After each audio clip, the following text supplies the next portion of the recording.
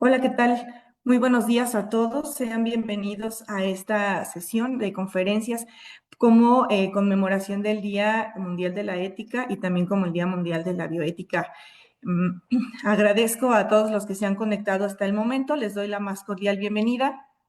Y bueno, pues aprovecho para comentarles que pues esta transmisión ha sido en colaboración con el Instituto de Profesionistas Farmacéuticos de México, a quienes agradezco inmensamente por apoyarnos con sobre todo con la sala y con la difusión de este material para que, bueno, pueda llegar a más lugares y pues seamos visualizados por más personas. Una de las actividades a las que está comprometido el Comité Hospitalario de Bioética y también el Comité de Ética en Investigación es a realizar vínculos para que esta información llegue a la sociedad y pues también a difundir y capacitar a todos aquellos profesionales de la salud y también a los no profesionales, también a quienes no son profesionales de la salud, pero que es importante que conozcan estos temas alrededor de la ética y la bioética y sobre todo cómo funcionan los comités y también pues dónde participan estos temas y cómo es que nosotros como profesionales de la salud y también como sociedad, como pacientes, podemos participar en estos comités y pues bueno, de estos temas. El día de hoy pues vamos a iniciar con un tema que es el de introducción a la ética y la bioética y este tema será impartido por por el maestro en filosofía Rafael Ramos Pérez, a quien agradezco su apoyo y pues su participación, tanto como académico como pues participante del Comité Hospitalario de Bioética y del Comité de Ética en Investigación de Hospital Ángeles de Jalapa. El maestro Rafael Ramos es licenciado en filosofía y profesor de tiempo completo en el área de humanidades de la Universidad Anáhuac Jalapa, donde también funge como coordinador tanto en la licenciatura como en la maestría, en posgrado. Es vocal en los comités de ética en investigación, bioética hospitalaria y también en el comité interno de trasplantes, esto en Hospital Ángeles de Jalapa. Cuenta con formación en bioética hospitalaria, en capacitación en consentimiento informado y también en ética de la investigación, orientando su labor en la promoción de la reflexión ética y humanista en la educación y en la práctica institucional. Así que agradezco enormemente. Bienvenido, maestro Rafa. Los dejamos con este primer tema de introducción a la ética y la bioética. Muchas gracias por la presentación. En este sentido, pues me encuentro muy contento por poder participar de este ciclo de conferencias que sin duda alguna buscan el hacer bien a las personas. Agradezco tanto al Comité de Ética en Investigación como al Comité Hospitalario de Bioética. En este caso, bueno, nuestro tema tiene que ver con la introducción a la ética y bioética. Es eso, una introducción. Y me gustaría comenzar esto con una referencia a la realidad próxima. Y es que nosotros como seres humanos todo el tiempo estamos tomando decisiones. Decisiones que se precian de alguna manera de ser libres. Por ejemplo, horchata o Jamaica. No, pues horchata, está perfecto, ¿de acuerdo? Todo el tiempo nosotros nos encontramos entonces en esa toma de decisiones. Sin embargo, no a todas las tomas de decisiones libres son a las que nosotros le podemos aplicar un juicio ético. En este punto es para nosotros importante saber con certeza de si hay un camino que marque las decisiones que cada uno de nosotros estamos tomando en nuestra vida y que no solamente tiene que ver con la elección libre de horchata o Jamaica, sino que hay preguntas que son todavía más profundas. En este aspecto, quisiera yo compartirles un ejemplo de un libro, un cuentito muy hermoso que se llama Alicia en el País de las Maravillas. En este caso, cuando Alicia le pregunta a un lindo menino, oye, ¿qué camino, en cuestión de decisión libre, qué camino es el que debo tomar? Entonces el menino le dice, pues depende a qué lugar quieras llegar. Cuando, por ejemplo, Alicia responde, no lo sé, entonces este menino dice, pues da igual qué camino tomes. En este aspecto, aquellas decisiones libres que marcan camino en referencia a las cuestiones éticas son aquellas que tienen que ver con nuestro fin último como personas. Y eso es muy importante para nosotros. Decimos que el ser humano en la cotidianidad toma decisiones, pero que hay unas que implican un origen y un fin en un sentido existencial que nos pueden incluso llevar a algo que denominamos felicidad, plenitud o bienestar. En este aspecto, aquellas acciones a las cuales la ética está llamada a estudiar, le vamos a llamar actos humanos. La arracherita, la carnita, la esencia de la ética es el estudio del acto humano. ¿Qué es el acto humano? Es el ejercicio de mi voluntad en referencia al fin último de la persona. Y solo a estos actos es al cual nosotros le podemos aplicar un juicio ético. ¿Qué tan inmoral, por ejemplo, puede ser una persona que eligió la horchata en referencia a la Jamaica? No hay problema. Oye, pero no pasa nada. Pero hay otras acciones que en lo cotidiano tienen que ver con nuestra felicidad, con nuestra plenitud, con nuestro bienestar, y ya mandando esto a territorios teológicos, con la bienaventuranza. En este aspecto, entonces decimos que lo que el color le es al ojo, el acto humano le es a la ética. Lo que el color le es al ojo, el acto humano le es a la ética. No podría haber un discurso ético, un juicio moral, si no estamos en el entendido de que hay ciertos actos, ciertas decisiones que tienen que ver con nuestra felicidad.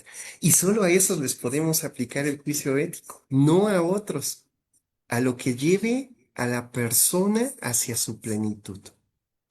En este sentido, puede pasarnos como Alicia, en algún momento de nuestra vida no saber hacia dónde nos dirigimos, de dónde venimos, hacia dónde vamos, somos plenos, amo, me aman, ¿hay algo después de esta vida?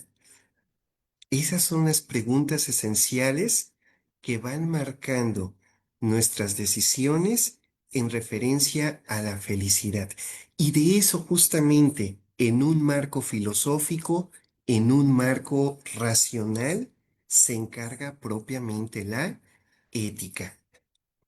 De tal forma que ante estas decisiones esenciales en nuestra vida, nos podemos nosotros preguntar desde un sentido estrictamente racional de si hay fin último o no, si hay una meta a la cual nosotros estamos llamados a alcanzar, no solamente la cual impacta vida personal, afectiva, me caso o no me caso, sino que esto todavía va más allá de eso, una condición existencial de la persona.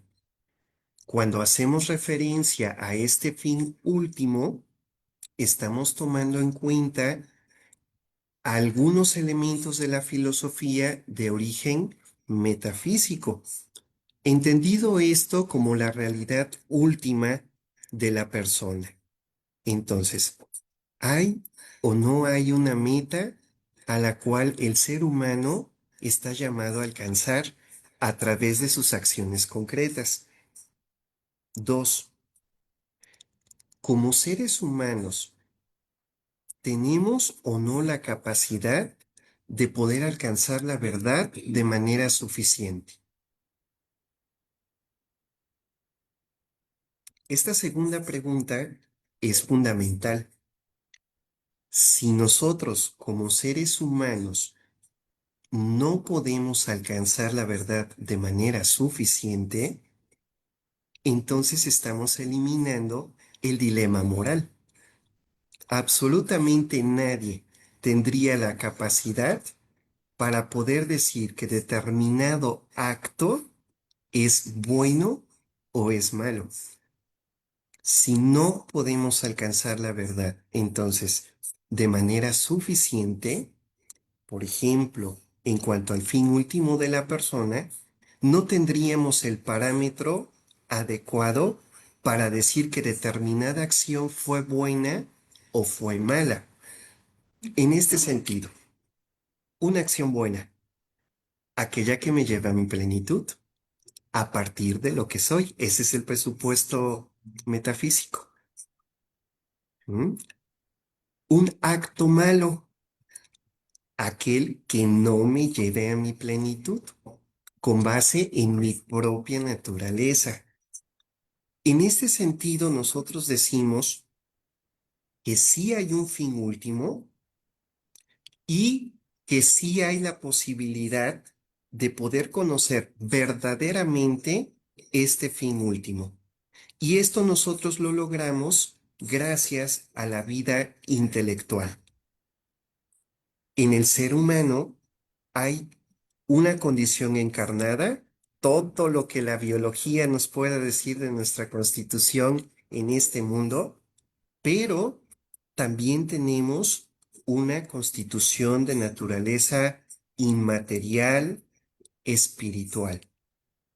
En este caso, cuando nosotros hablamos, por ejemplo, de ética, cuando nosotros decimos de si un acto es bueno o malo, estamos haciendo una referencia directa a esta capacidad racional que nosotros tenemos para poder emitir un juicio.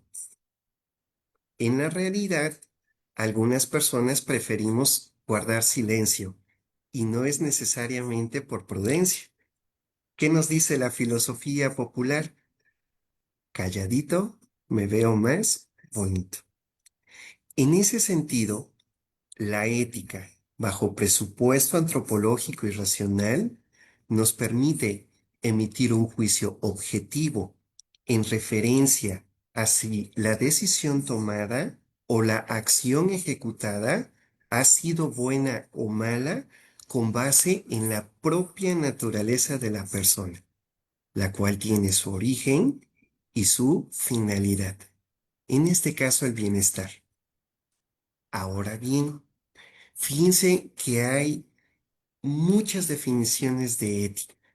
Incluso el tiempo que nos lleva el ir reflexionando cada una de estas decisiones, pues no es suficiente para la cantidad de casos particulares que se nos presentan en nuestro día a día.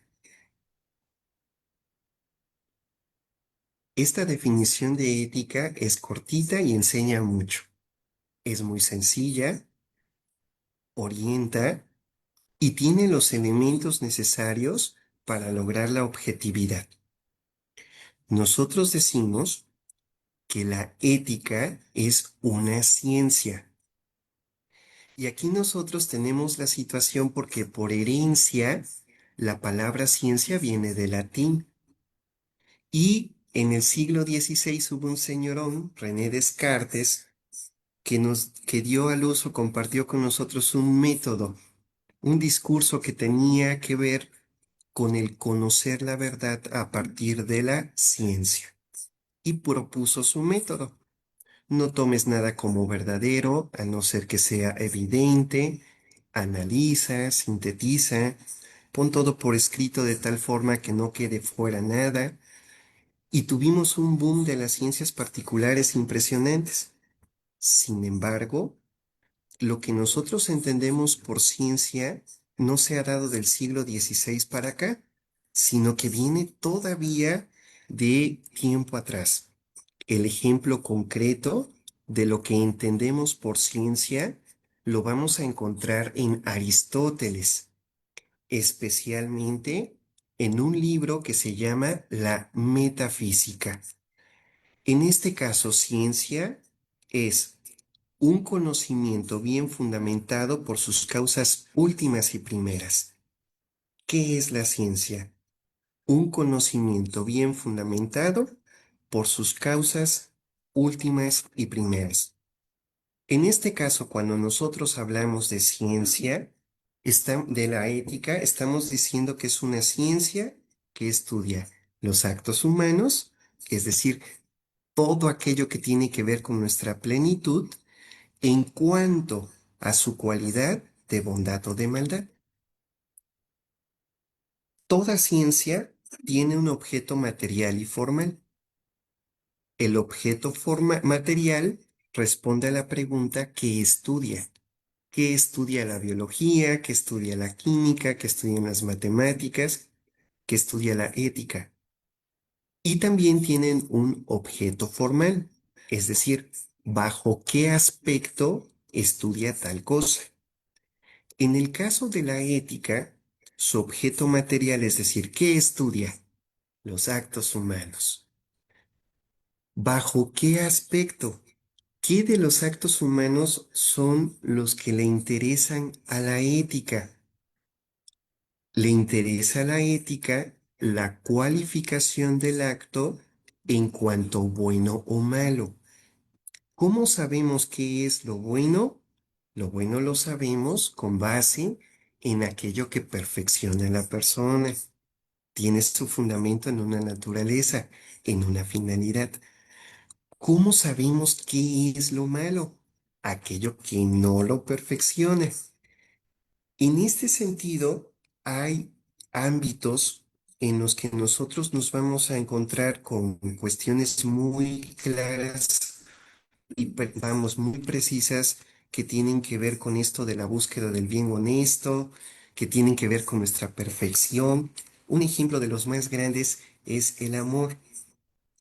En este sentido, pongo un ejemplo de cómo por el amor viene a perfeccionar a la persona con base en su naturaleza.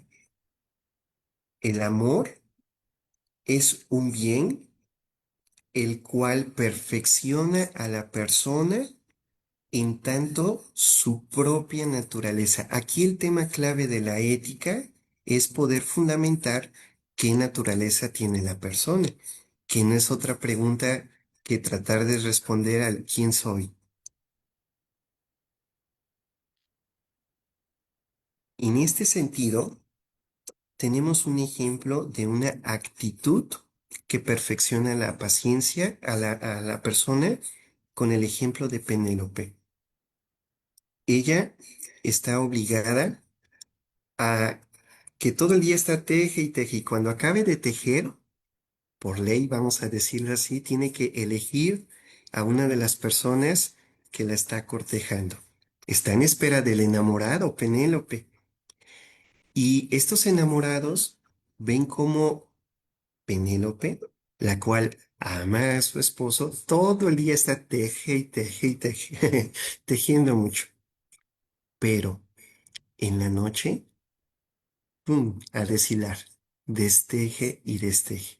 ¿Qué implica el amor aquí? La paciencia o una espera con esperanza. En este sentido decimos que una espera con esperanza perfecciona a la persona en tanto que persona en el amor. El amor nos hace ser pacientes, diligentes, constantes y a veces bélicos.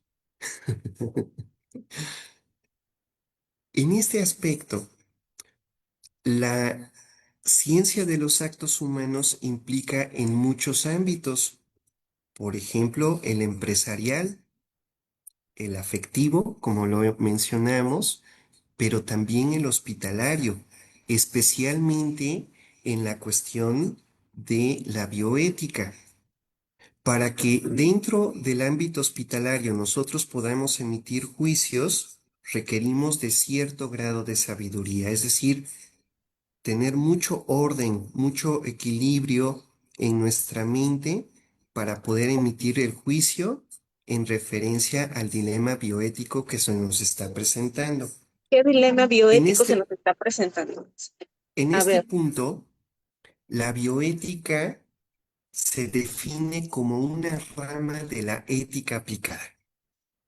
¿Qué es la bioética? Una rama de la ética aplicada.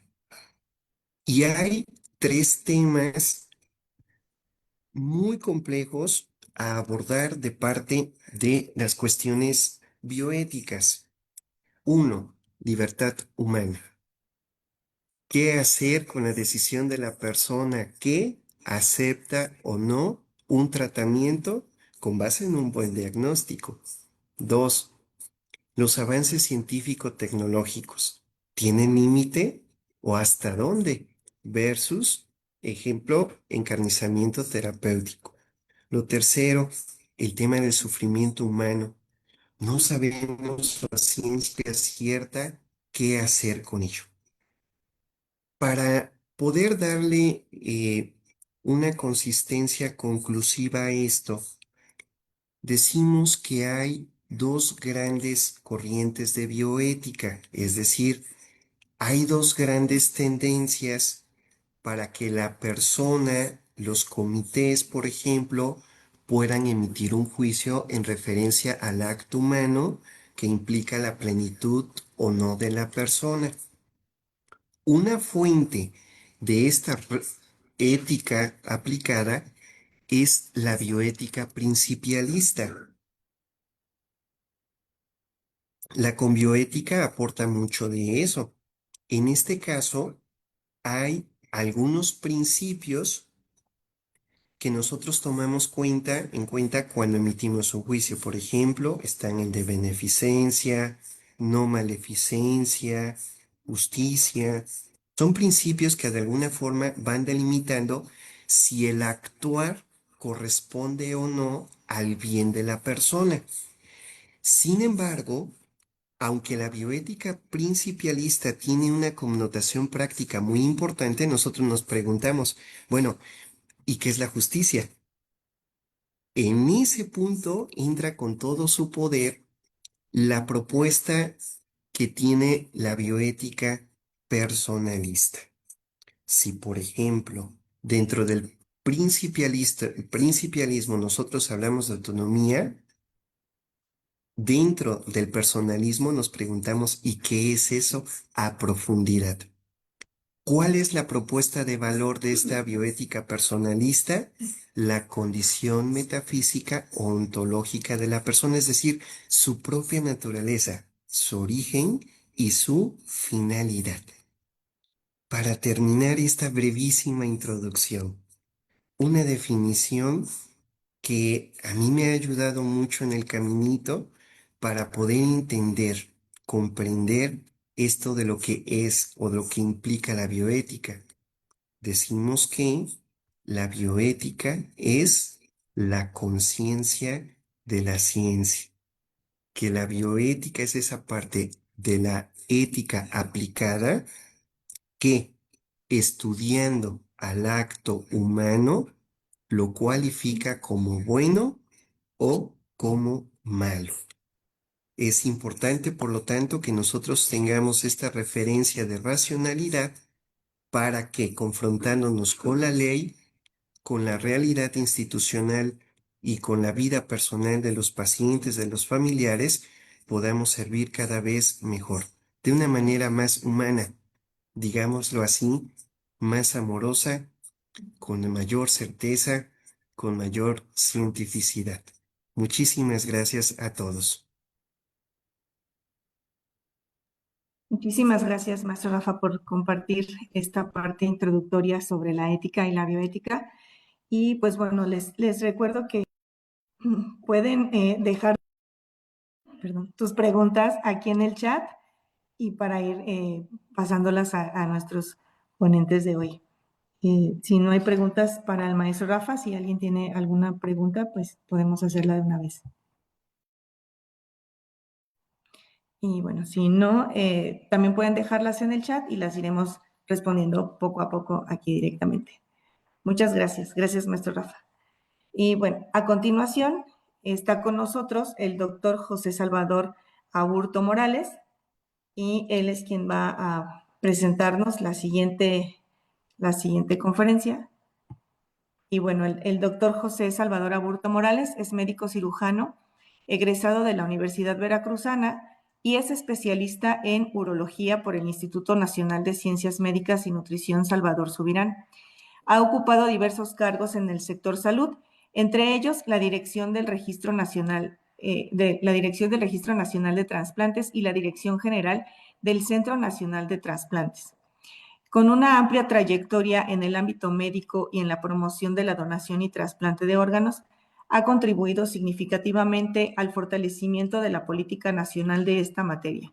Actualmente, el doctor Salvador Aburto se desempeña como director de atención médica de la Secretaría de Salud, impulsando una atención ética, humana y de calidad en el sistema de salud mexicano. El doctor Salvador Aburto también participa con nosotros en el comité de trasplantes y bueno, está encargado del área de trasplantes en Hospital Ángeles de Jalapa. Adelante, doctor Salvador. Puede compartirnos su pantalla para iniciar. Muchas gracias. Gracias por la invitación. Permítanme compartir la pantalla y actualizando los datos. Ya no soy director de atención médica. Aquí está.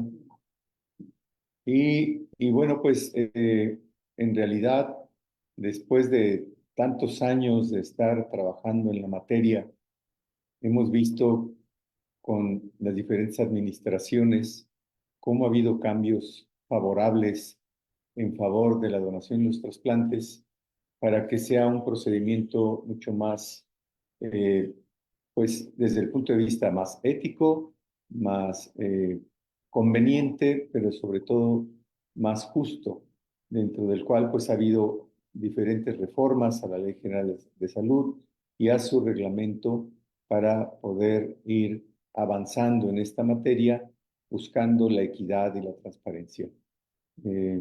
No veo mi presentación, maestra. Dejar de compartir. Vamos a volverlo a hacer.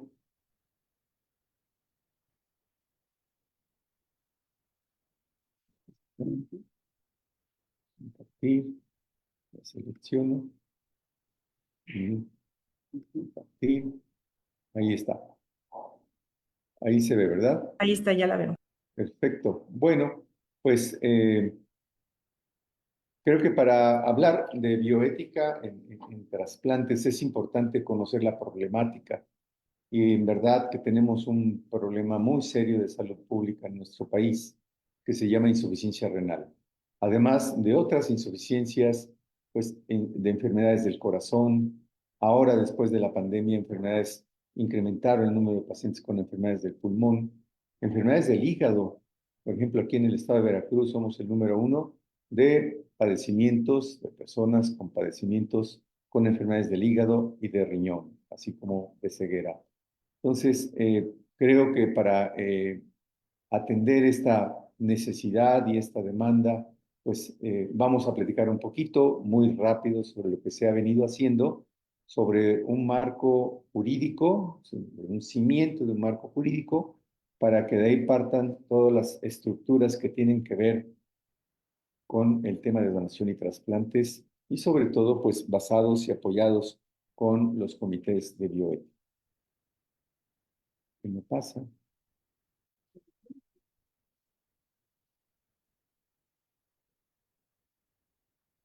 Está. Ay, se fue hasta las conclusiones. Entonces.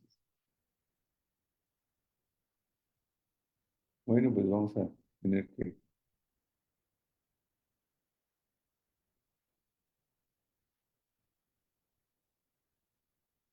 Y la primera pregunta que nos podemos hacer es por qué son importantes los trasplantes. Y pues ustedes saben que a diferencia de otras especialidades en, en salud, los trasplantes salvan vidas y transforman vidas y vuelven a las personas a una vida activa y productiva. Si no se trasplantan, pues el futuro de estas personas pues es a mediano plazo es el fallecimiento.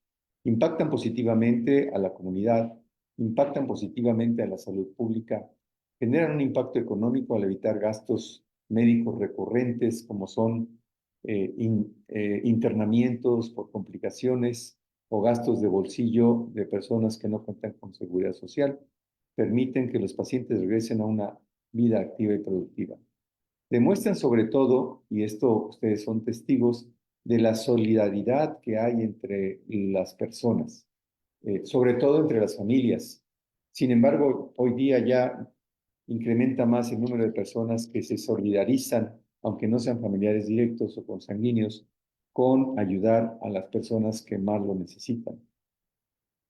Eh, Impulsan la investigación y el desarrollo de nuevas técnicas quirúrgicas y terapias innovadoras. Entonces, con este contexto, pues nosotros podemos...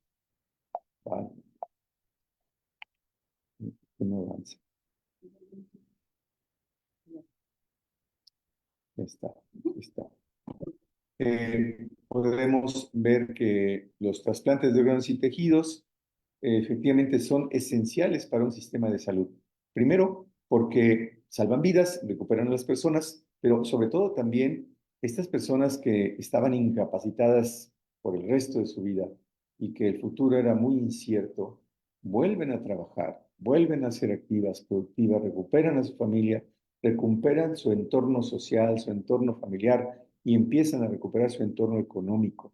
Por tanto, creo que es fundamental pensar como pacientes y como médicos, recomendar a nuestros pacientes que pues no se queden en la terapia sustitutiva. Hay que pensar en el trasplante porque eso es lo que va a generar todos estos beneficios. Esto plantea retos que deben de ser abordados mediante la aplicación de principios que garanticen la equidad y maximicen los resultados. Esta es nuestra necesidad en el país. Hoy día hay más de 19,000 personas y este número lo he venido observando durante muchos años. No sube a veces a 22,000, ahorita baja a 19,000, pero lo que sí es un hecho es que no refleja la totalidad real de las personas que ocupan un trasplante. No todos tienen seguridad social, no todos llegan a un tercer nivel, no todos llegan a un protocolo de trasplantes y lamentablemente fallecen en el camino. De aquí que, por poner un ejemplo, aquí en la UMAE, Centro Médico del Instituto Mexicano de Seguro Social en Veracruz, tienen un registro en espera de más de 700 personas que no tienen donante y que requieren un órgano de una persona proveniente de una persona que ha fallecido. Por lo tanto, pues el tiempo de espera para un trasplante de riñón, esa lista de espera, va más allá de los 7 años. Y ahí es donde nosotros volteamos a ver los principios de bioética. Bueno, y esto es correcto. Tenemos una lista de espera enorme, pero no tenemos suficientes órganos para atender este registro. A lo mejor tenemos suficientes órganos y no tenemos suficientes personal capacitado para atenderlo, o no tenemos suficientes medicamentos, o no tenemos muchos aspectos que tengan la capacidad de respuesta de los grandes centros hospitalarios. Sin embargo, a pesar de eso, en México contamos con centros como este que les estoy comentando, de la UMAE número 14 del Instituto Mexicano de Seguro Social aquí en el puerto de Veracruz, que hacen más de 100 trasplantes al año de riñón. Pero también está el Centro Médico en Guadalajara, Jalisco, el Centro Médico de Occidente, que hacen más de 200 trasplantes al año. Entonces, pues sí, afortunadamente en nuestro país contamos con instituciones públicas que tienen una gran productividad, sin embargo, no es suficiente para ver la realidad de lo que se necesita. Y lo que estamos viendo en este registro en espera, pues es la puntita del iceberg, en donde hay 16,479 personas en espera de un trasplante de riñón, Sin embargo, no es la totalidad porque la enfermedad es mucho mayor número de personas que están en terapia sustitutiva, insisto, y que no todas tienen la oportunidad de llegar a un programa, a ser evaluadas en un programa de trasplantes y a tener la oportunidad de recibir un trasplante con órganos de personas fallecidas.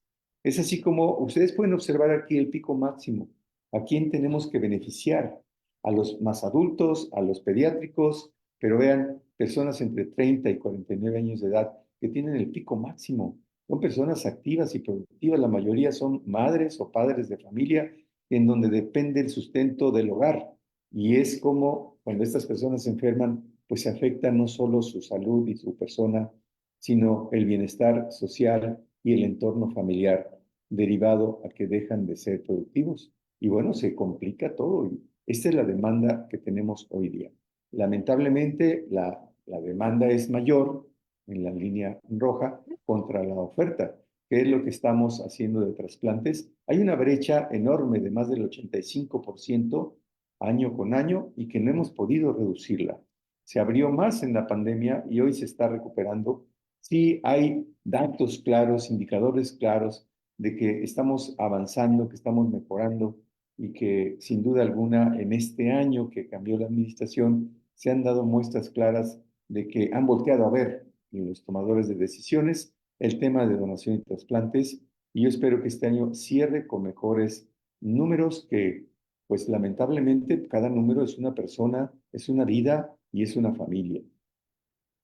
Así es que, ¿cómo estamos en nuestro país? Pues tenemos una tasa de trasplantes. Bueno, en Latinoamérica somos, después de Brasil, el segundo país con mayor número de necesidades y de trasplantes de órganos y tejidos, con una tasa nacional de 28 por millón de habitantes.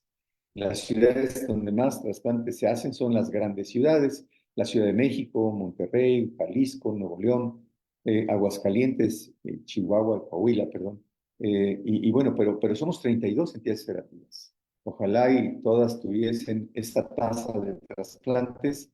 ¿Y por qué no tienen esa tasa de trasplantes? Porque la siguiente imagen es porque tenemos muy poca donación. En lugar de tener 40 donantes por millón de habitantes, tenemos 4.6 a nivel nacional. Sin embargo, pues vean cómo esto se contextualiza. En la Ciudad de México hay 11.9, Aguascalientes 11.9, Sonora 11, Guanajuato 7.8, Querétaro 7.4 y aquí en Veracruz andamos en 1.0. Entonces hay que trabajar mucho todavía y en eso estamos trabajando para que esto mejore día con día. Y bueno, el otro tema desde el punto de vista bioético es que los trasplantes de riñón, ustedes pueden observar en esta tabla del 2024, donde cierra con un total de 152 trasplantes, 82 trasplantes de riñón procedentes de un donante en vida y solo 16 procedentes de órganos de personas fallecidas.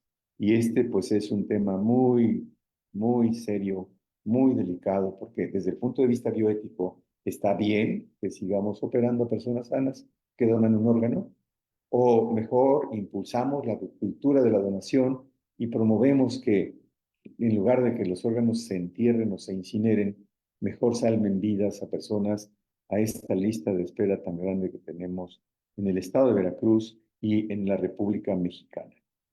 Pues el tema es el mismo. Aquí en el estado de Veracruz hay mayor número de donantes de tejidos que de órganos.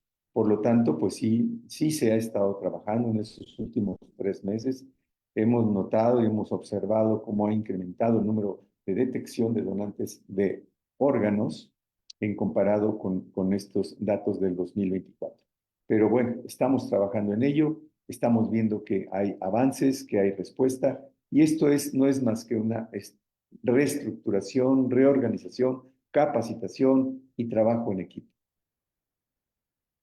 Bueno, el contexto internacional de los trasplantes y la donación de órganos, hay documentos muy interesantes desde 1948.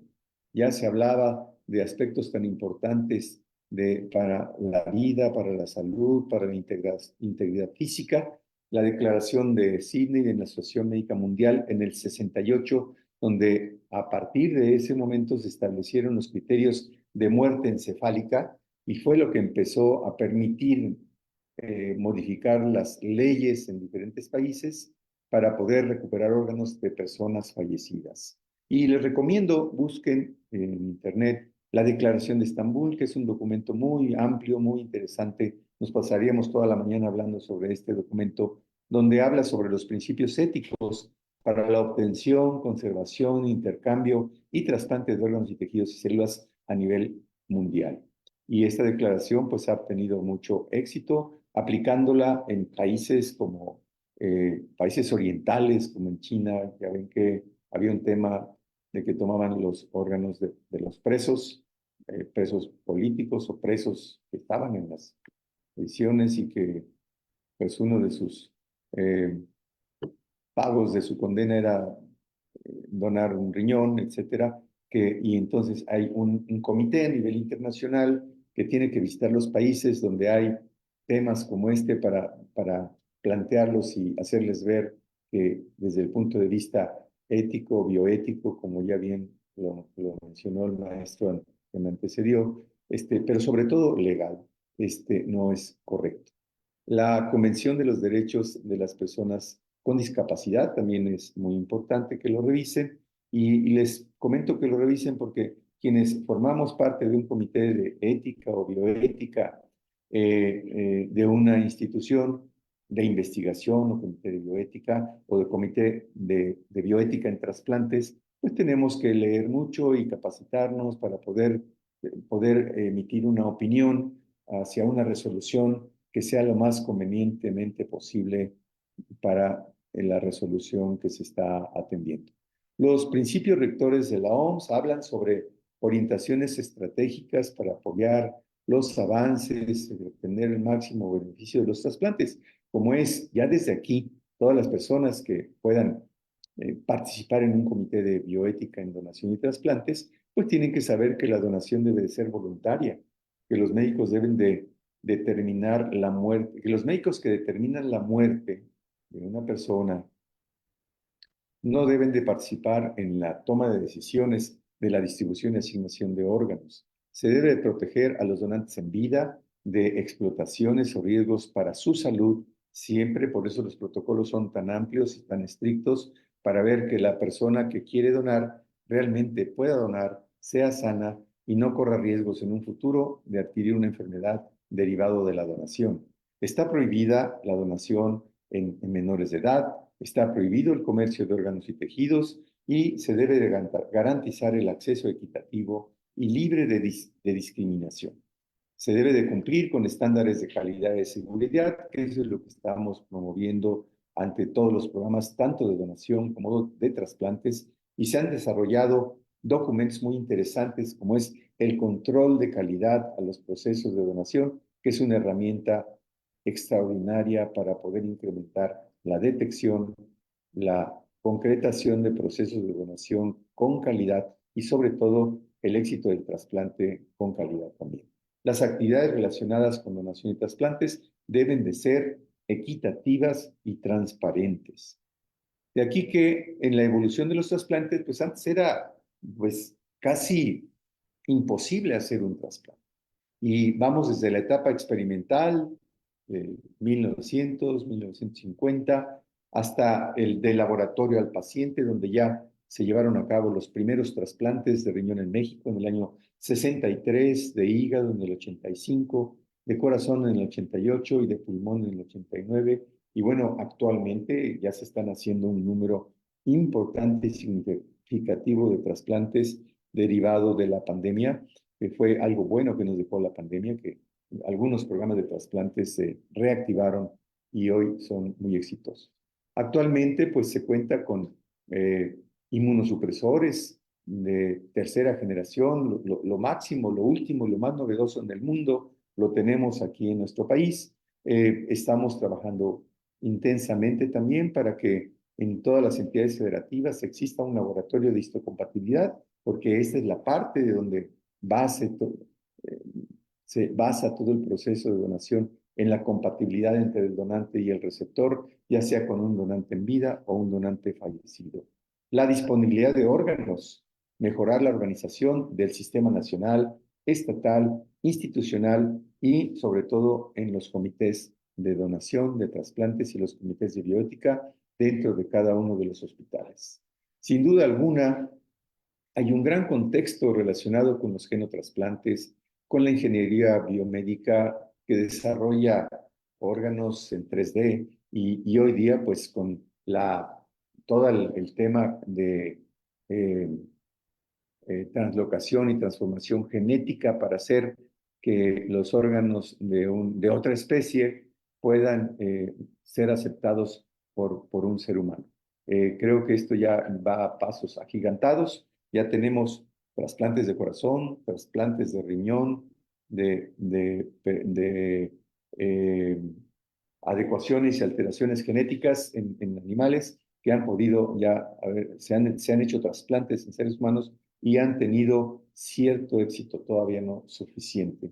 Se siguen haciendo trabajos relacionados con ello, pero bueno, creo que es importante para hablar de bioética en donación y trasplantes, conocer que pues tenemos unos cimientos muy importantes en nuestro país. Es de las leyes, la Ley General de Salud en materia de donación y trasplantes en el título 14 de nuestra Ley General de Salud, pues se basa no solo en esta Ley General de Salud que establece las bases y modalidades para el acceso a los servicios de salud, en este título 14 que habla específicamente de donación, de trasplantes y de pérdida de la vida. Y de verdad que cada uno de los temas de donación, trasplantes y pérdida de la vida, nos pasaríamos aquí toda la mañana hablando de aspectos bioéticos, porque son muy importantes. Afortunadamente, nuestra cimentación de toda la parte jurídica en relación en la materia está la Constitución Política de los Estados Unidos Mexicanos, la Ley General de Salud, el reglamento de la Ley General de Salud y otras normativas como son lineamientos, como son el reglamento interior de la Secretaría de Salud, el reglamento de la COFEPRIS, el Código Penal, las leyes estatales. También en cada entidad federativa pueden hacer reformas de ley que favorezcan la actividad de donación y trasplante lo más convenientemente posible. Y creo que se ha venido trabajando muy de la mano con la Comisión Nacional de Bioética para poder, cada tema que se propone ante los legislativos, llámese diputados, principalmente a las comisiones de salud, pues tienen que pasar por la Comisión de Bioética. Bueno, pues de esto deriva que en nuestro país hoy contamos con una organización nacional, un sistema nacional de donación de trasplantes muy fortalecido, muy bien cimentado, en donde todos los que participan, llámese consejos y centros estatales, Centro Nacional de Trasplantes, coordinaciones institucionales y sobre todo el establecimiento de salud que tiene una licencia con fines de donación o con fines de trasplante, todos descansan y se apoyan en los cimientos de la Ley General de Salud y de su reglamento. Nada de lo que se hace en nuestro país en materia de donación y trasplantes debe estar fuera de esta normativa y además se lleva un registro de toda la actividad de donación y trasplantes en el país, desde que alguien dona, en donde dona, que cumpla con todos los aspectos médicos, legales, administrativos, sanitarios y sobre todo bioéticos. Y bueno, esto es lo que se ha logrado tener en los últimos 10 años.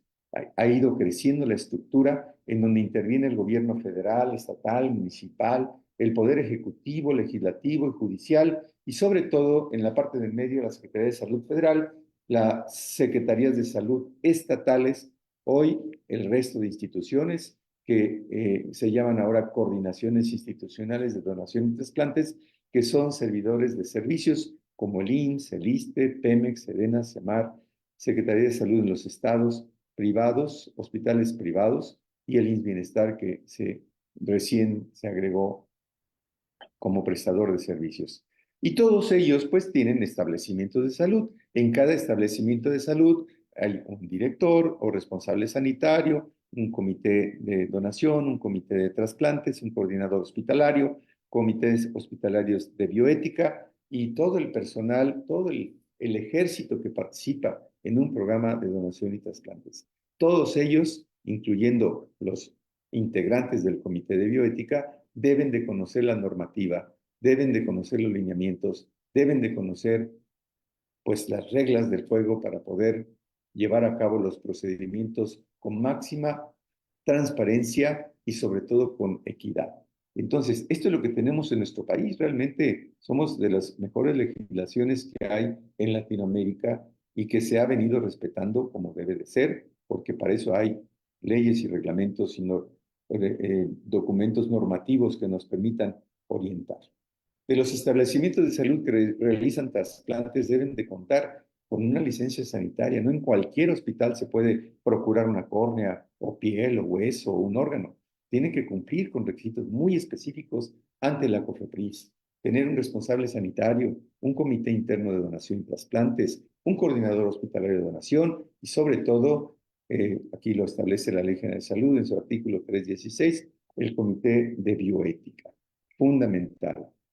Personal médico especializado, técnico auxiliar, infraestructura, equipamiento, medicamentos, equipo instrumental, pero hoy hemos vivido la necesidad también de tener, pues, en qué moverse, ¿verdad? Ambulancias, transporte aéreo, terrestre, incluso ya se empiezan a usar drones para trasladar órganos de una ciudad a otra, etcétera. Cómo hemos ido avanzando. Y todo esto se tiene que plantear ante el seno de un comité de bioética para la toma de decisiones, quién va, a quién le toca, cómo va, etcétera, etcétera. Pues un procedimiento que registre toda la actividad de extracción e intercambio de órganos que permita garantizar la trazabilidad desde que se genera un órgano hasta que se trasplanta, apegados a la Ley General de Salud y a su reglamento. Y es fundamental que ustedes saben, ya lo saben, pero se los recuerdo, que existen dentro de estos programas en cada hospital un comité interno de trasplantes o un comité interno de donación. O hay hospitales que tienen ambos, el de donación y trasplantes. Así también, pues fundamental que exista un comité hospitalario de bioética, está en nuestra ley también, con las funciones de resolver problemas bioéticos, analizar y discutir dilemas éticos y promover la elaboración de lineamientos y guías éticas, educar al personal del establecimiento con temas de bioética, sobre todo, pues que sea tomada en cuenta su decisión y su opinión y que quede asentado en las actas donde tiene que firmar todos los integrantes del comité de trasplantes, del comité de donación y del comité de bioética. Es un punto muy importante, es fundamental que el comité de bioética esté enterado sobre los derechos, los beneficios y sobre todo a quién, hacia dónde se van los órganos y a quién le asignan un órgano tejido en un momento determinado. Y esto me tardaría toda la mañana aquí hablando de este tema tan importante en el tema de donación y trasplantes, pero es fundamental que ustedes lo puedan ver ahí en la pantalla, cómo se distribuyen los órganos y cómo se asignan los órganos en base a lo que está escrito en nuestra normatividad. De aquí que los aspectos operativos vean fundamental los aspectos bioéticos en el diagnóstico de la muerte encefálica. Es fundamental demostrar, tanto clínica como médica e instrumentadamente, que la persona ha muerto por muerte encefálica y que no es un coma, que no es un estado vegetativo y que no está bajo efectos de sedantes. Entonces, vean cómo en nuestra ley está perfectamente bien definido y demostrado cómo tenemos que establecer el diagnóstico de pérdida de la vida. Y esto es fundamental. Consentimiento para la donación. En ningún caso se podrá disponer de órganos o tejidos o células para fines de trasplante en contra de la voluntad del donante en vida, si es que quiere donar en vida, o en contra del donante fallecido, si es que no dejó por escrito que quería ser donante, o a lo mejor dejó por escrito que no quería ser donante. Sin embargo, cuando dejó por escrito que quería ser donante y lo comunicó con su familia, entra el consentimiento tácito, en donde la familia es quien apoya la última voluntad de su ser querido, que dijo: cuando yo muera, quiero donar mis órganos. El expreso es: yo quiero donar mis órganos, y el tácito es: pues mi familiar dijo en vida que cuando muriera quería donar sus órganos, y nosotros como responsables secundarios, como disponentes secundarios, apoyamos la decisión de nuestro ser querido de donar sus órganos después del fallecimiento. El consentimiento debe hacer manifestarse en un documento, siempre nos preguntan, oye, ¿dónde me registro para ser donante? Pues ahí, ahora los medios electrónicos, el QR, y te registras, pero lo importante es que tus disponentes secundarios sepan que tu decisión en vida es donar después de tu fallecimiento. La intervención del Ministerio Público es fundamental y aquí hemos tenido muchos temas con el Ministerio Público, pero afortunadamente hemos encontrado la manera de, a través de la capacitación, poder convencerlos de que lo que están haciendo es correcto, que está en la ley, que está permitido, pero además se firman convenios entre las secretarías de salud y las fiscalías estatales, y es así como ha mejorado mucho el apoyo a firmar el no inconveniente de la donación de una persona fallecida con fines de donación de trasplantes. Pues los candidatos a recibir también, quienes deben o pueden recibir un trasplante, pues quienes tengan un padecimiento que pueda ser tratado de manera eficaz, eficiente a través de un trasplante, que no tenga enfermedades que pongan en riesgo el trasplante. Por eso es que no todas las personas que están enfermas de enfermedades crónicas son candidatos a trasplante. Hay un protocolo muy claro y muy bien establecido para definir quién puede recibirlo.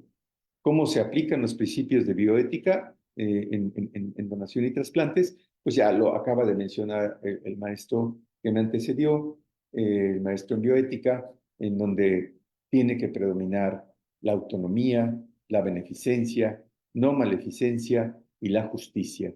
Dentro de los aspectos de autonomía, pues el donante puede y tiene libre derecho de elegir libremente si quiere donar o no quiere donar un órgano. Nunca debe de ser obligado o condicionado. El consentimiento expreso, todos como mexicanos, nuestra ley nos permite decidir y manifestar si estamos de acuerdo con la donación en forma libre, ya sea de propia voz, ya sea en un documento, en una tarjeta de donación o registrarse desde tu teléfono celular en la página del Centro Nacional de Trasplantes, pero lo más importante es compartir tu decisión con tus seres queridos y sobre todo quien pueda decidir por ti cuando tú fallezcas. El consentimiento tácito es a lo que yo me refería cuando nosotros dejamos en claro que mi deseo era donar, mi familia tiene que respetar mi decisión y tiene que apoyar mi decisión. Pues la elección del receptor también. Hay receptores que dicen, oiga, no, pues yo no quiero someterme a un trasplante porque no quiero que me done mi hijo o no quiero que me done nadie de mi familia porque no quiero, yo ya viví, ya estoy satisfecho con lo que hice y no quiero exponer a nadie. Sin embargo, creo que lo más conveniente es voltear a ver la donación de personas fallecidas, en donde no tienes que, pues, tener que someter a un protocolo o una intervención quirúrgica mayor a una persona en vida, y que luego tenga que estarse cuidando porque finalmente necesita una vigilancia muy estrecha. Afortunadamente, pues se puede donar en vida, no sucede nada, absolutamente nada, hacen una vida completamente normal, siempre y cuando sean sometidos y estudiados a un protocolo muy amplio, en donde el Comité de Bioética también participa para decidir si pueden donar o no pueden donar. No maleficencia, no minimizar los riesgos, la selección del donante y el receptor, tras la realización de un protocolo de estudio, debe de ser muy clara y muy concisa. Yo creo que desde el inicio se tienen que hacer las pruebas de compatibilidad y no esperar que termine el protocolo y al final hacer las pruebas de compatibilidad para decirle que no eran compatibles. Bueno, muchos ejemplos les puedo poner que hoy día ya se están haciendo diferentes para ver que la factibilidad de un trasplante. La prevención de delitos, prevenir el turismo de trasplante, el comercio, el tráfico de órganos y de tejidos, la transparencia, equidad, transparencia durante todo el proceso, desde la donación hasta el trasplante. Los beneficios, el bienestar del donante, del receptor, el altruismo, garantizar el altruismo del donante y el consentimiento informado. Creo que esta es la parte más importante de este tema de beneficencia. El consentimiento informado tiene que ser claro, amplio y sobre todo, pues, con las firmas necesarias, no solo de la persona que va a donar, que va a recibir, sino de sus familiares cercanos. La justicia de igualdad y oportunidades para recibir un trasplante, independientemente de la situación económica, la edad, la raza y el sexo, y bueno, la distribución y asignación de órganos de acuerdo a lo que establece la ley. Se los pasé muy rápido, de una pincelada hace un momento, pero todo está escrito en nuestra ley y nuestro reglamento. Y solo les voy a pasar algunos dilemas, no nos vamos a detener en ello, pero ¿se debería permitir el comercio de órganos para trasplante? Bueno, aquí vienen algunos apoyos. Sin embargo, la realidad es que atenta contra la dignidad humana, podría llevar a explotación de personas vulnerables, probablemente favorezca a quienes tienen mayor recursos económicos, podría fomentar la coerción, la violencia y la explotación. ¿A quién debería priorizarse los recursos para realizar un trasplante? Máximo beneficio, igualdad y reducción de disparidades. ¿A quién debería de priorizar los recursos para realizar trasplantes? Pues bueno, aquí vienen las respuestas, que no quisiera detenerme mucho por cuestiones de tiempo.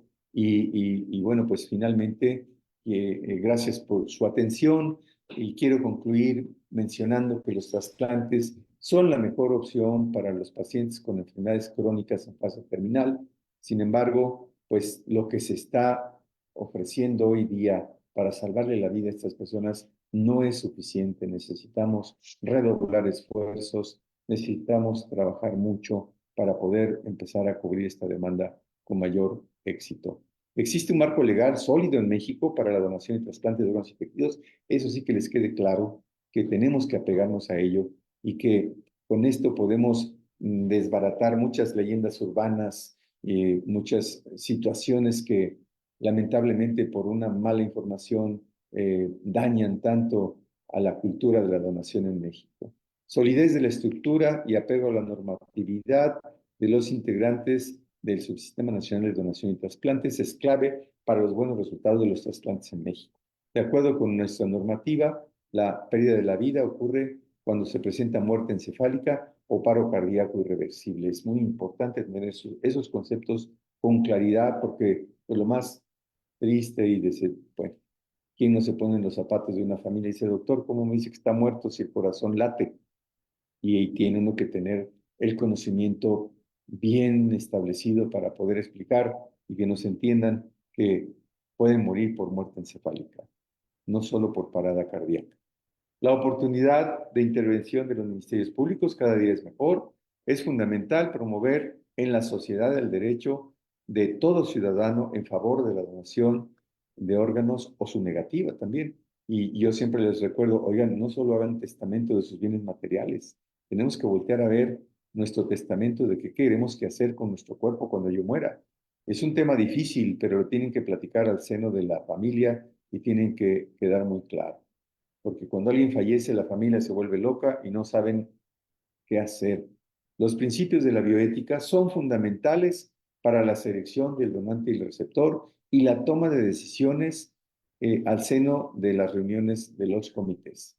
La bioética y el marco legal son los pilares fundamentales para garantizar que los trasplantes sean justos, equitativos, transparentes. Es necesario fortalecer el financiamiento para que haya más donación, más trasplantes, garantizar la inmunosupresión y tener estudios de histocompatibilidad confiables. Muchísimas gracias y no sé si me pasé del tiempo, disculpen, pero este tema da para mucho y en verdad que agradezco su tiempo y su atención. Muchas gracias. Muchísimas gracias, doctor Aburto. No, de tiempo bastante bien. La verdad es que es un tema bastante interesante y pues yo creo que podríamos abrir un foro específicamente para hablar de los trasplantes y yo creo que lo vamos a hacer muy pronto. Tenemos por aquí un par de preguntas.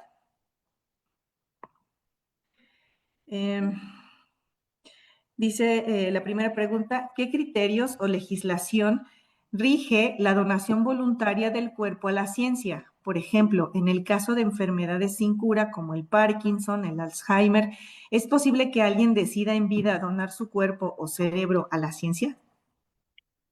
Sí, es exactamente lo mismo cuando yo decido donar no solo mis órganos, yo puedo asentar que quiero donar todo mi cuerpo con fines de investigación y lamentablemente no hay suficientes universidades que tengan este tema, pero yo sí conozco perfectamente el programa que tienen en la UNAM, en el bioterio de la UNAM, donde alguien puede dejar asentado que quiere donar su cuerpo con fines de investigación se lo tiene que comunicar al familiar para que el familiar así lo exprese en el hospital, se comuniquen con esos programas y vayan por el cuerpo y lo legalmente firmen todo, hagan el trámite administrativo y legal para que ese cuerpo vaya a las universidades.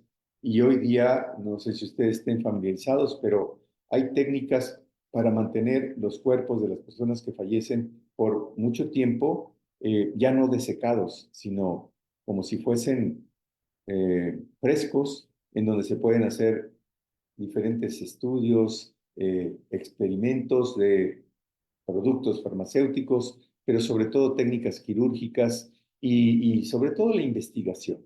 La investigación que hay relacionada con todos los problemas crónicos degenerativos, pues esa sería una gran oportunidad de donar nuestro cuerpo completo, desde el cerebro hasta los pies, con fines de investigación y docencia.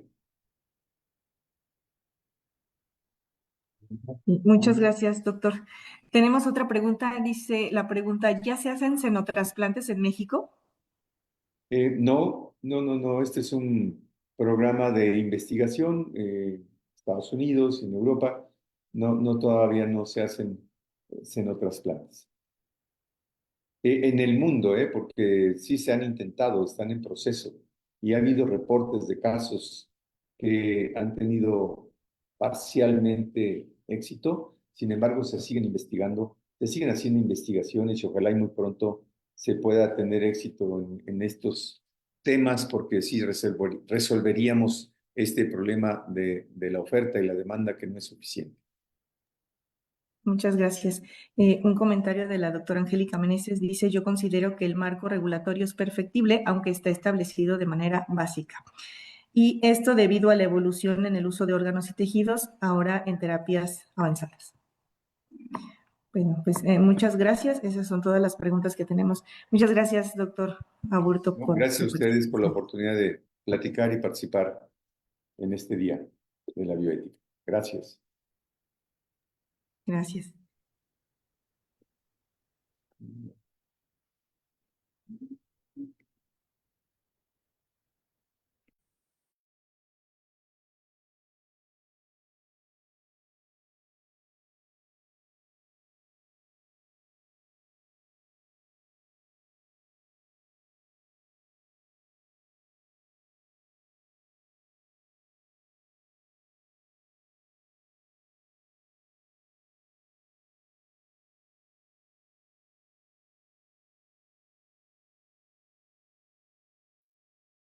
Bueno, pues para continuar, hablaremos un poco acerca de cuáles son las funciones de los comités hospitalarios de bioética y también cuáles son las funciones de los comités de ética en investigación. Y bueno, como les comentaba, una de las actividades que tienen estos comités es hacer llegar, difundir, hacer llegar esta información a todas las personas. Y bueno, pues como parte de este comité, pues está conformado por diversos integrantes vocales y en mi caso, en Hospital Ángeles Jalapa, soy la presidenta del Comité Hospitalario de Bioética y también del Comité de Ética en Investigación.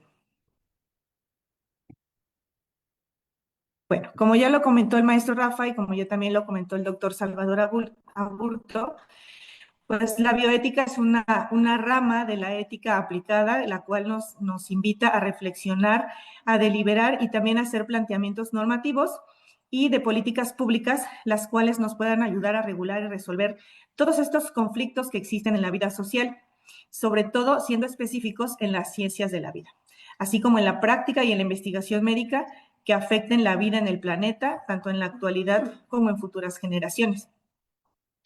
La bioética en el hospital tiene mucha área de aplicación, ya que, bueno, pues son muchos los temas que podemos abordar por estas situaciones de que pueden existir conflictos bioéticos y que necesitamos tener al tomar algunas decisiones en conjunto.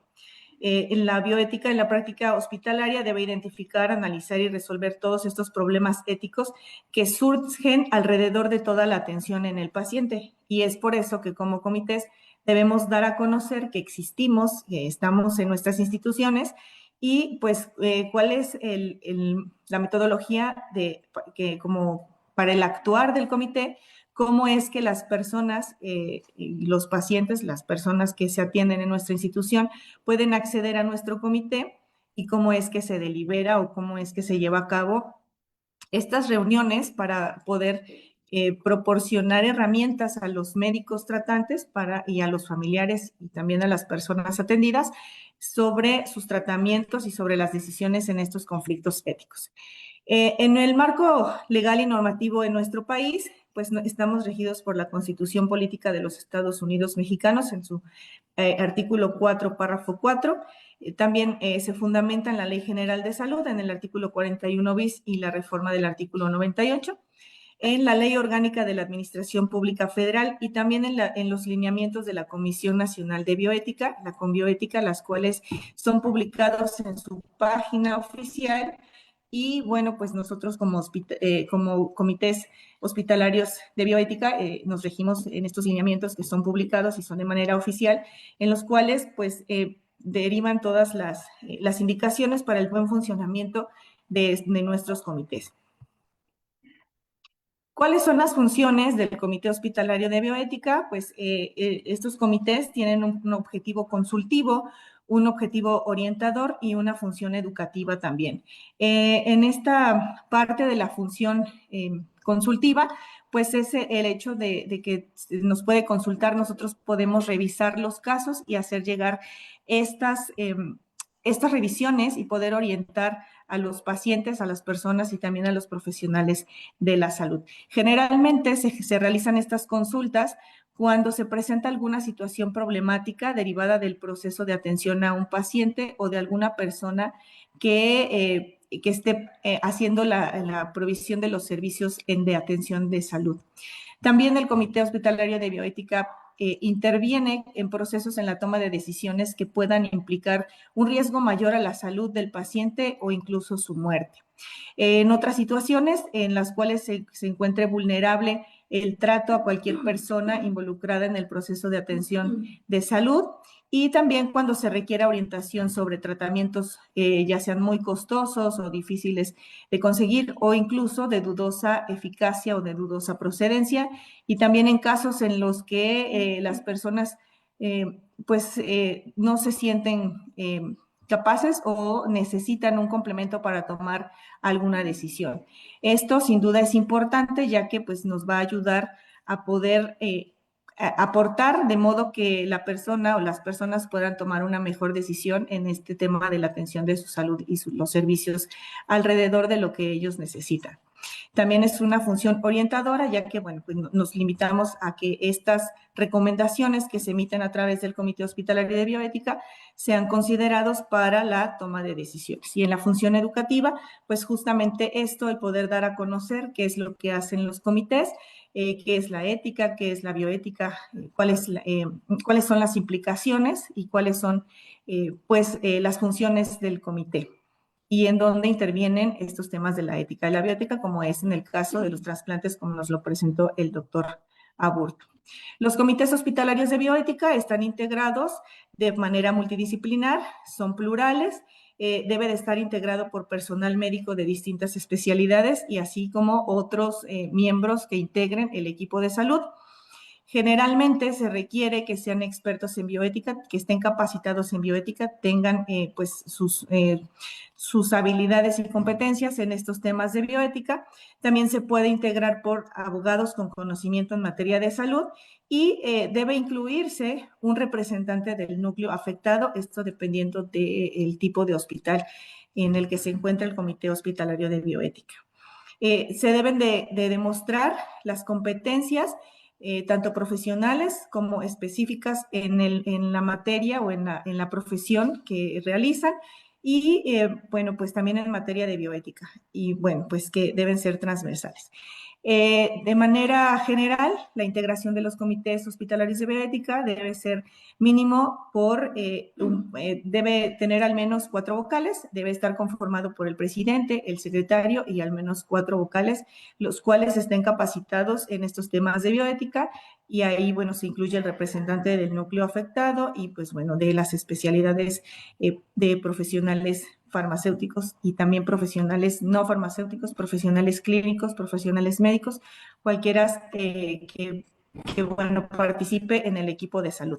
¿Cómo se realiza la instalación de los comités hospitalarios de bioética? Bueno, pues debe existir una designación dentro del hospital, se da a conocer que va a existir el comité hospitalario de bioética, se deben designar a los integrantes bajo un escrito, una carta que debe de contener el nombre y el cargo, la duración del tiempo que va a estar participando en el comité.